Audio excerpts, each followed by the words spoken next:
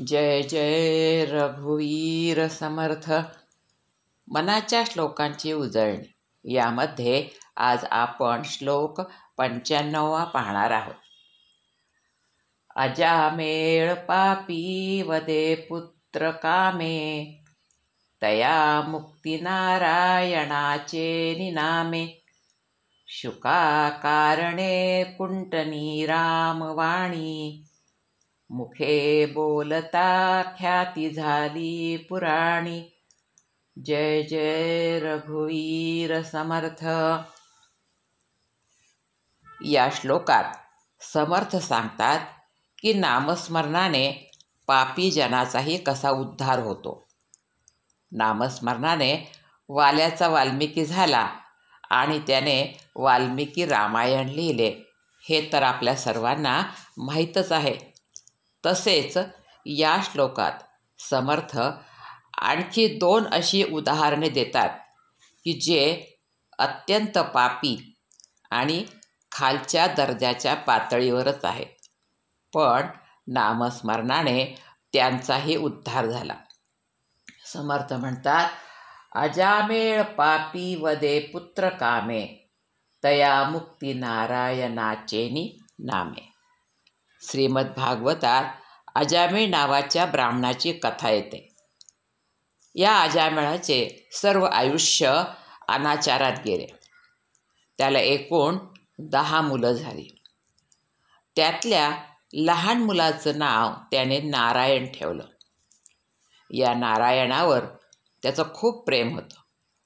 तो सारखा त्याच्या नावाचा जपच करायचा.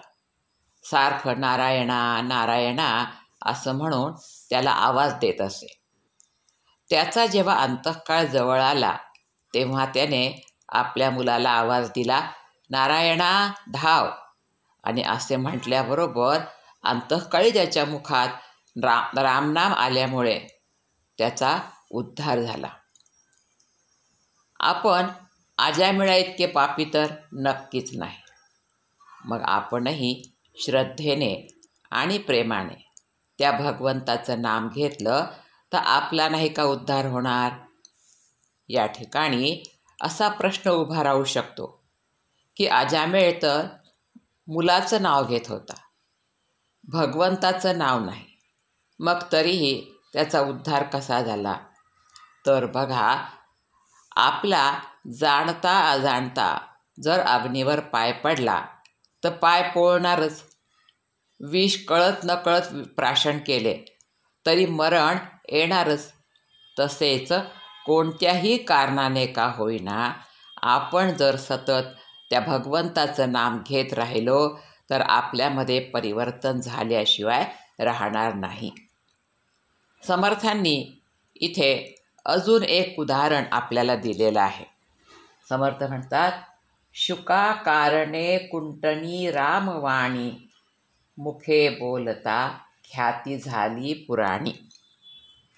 गणिका नावाचा एक वेश्या होती. तिचा देह विक्रय करणे हाच धंदा होता. तिच्याजवळ एक पोपट होता. ती त्या पोपटाला सतत राम राम म्हणायला शिकवत होती. त्याला सतत राम राम शिकवत असताना तिच्या मुखातही तसे सारखे रामनाम येत होते.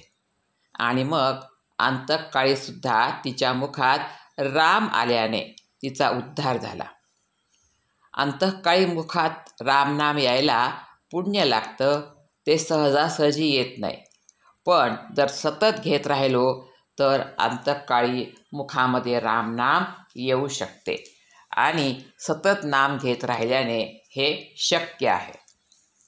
इथे समर्थांना हेच सांगायचं आहे की भगवंताजवळ लहान मोठं, उच्च नीच, श्रीमंत गरीब, शिक्षित अशिक्षित असा भेद नाही.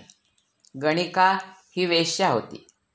तिचा व्यवसाय हा निकृष्ट दर्जाचा होता, पण तिने रामनाम घेतले तर भगवंताने तिचा उद्धार केला. आता गोपी ह्या अशिक्षित होत्या. त्या कुठे शिकलेल्या नव्हत्या, पण त्यांच्या नामाच्या प्रेमामुळे श्रीकृष्णाने त्यांचा उद्धार केला. विदुर हा दासीपुत्र होता. तो काही उच्च कुळात जन्माला आलेला नव्हता, पण त्याची श्रेष्ठ अशी भक्ती पाहून भगवंताने त्याचा उद्धार केला.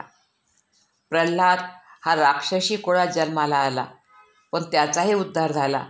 म्हणजे एकूण काय, तर भगवंत हा फक्त भावाचा भुकेला आहे. तुमचा भाव जर शुद्ध असेल तर तो तुमचा उद्धार केल्याशिवाय राहणार नाही. आणि हेच समर्थांना इथे सांगायचे आहे. आणि त्याकरता त्यांनी अजामेळ आणि गणिकेचे उदाहरण देऊन समजावून सांगितले आहे की नामस्मरणाने या दोघांचा उद्धार होऊन पुराणांमध्ये त्यांना स्थान प्राप्त झालेले आहे. म्हणून समर्थ म्हणतात, अजामेळ पापी वदे पुत्र कामे, तया मुक्ती नारायणाचेनी नामे, शुका कारणे कुंटनी रामवाणी, मुखे बोलता ख्याती झाली पुराणी. जय जय रघुवीर समर्थ.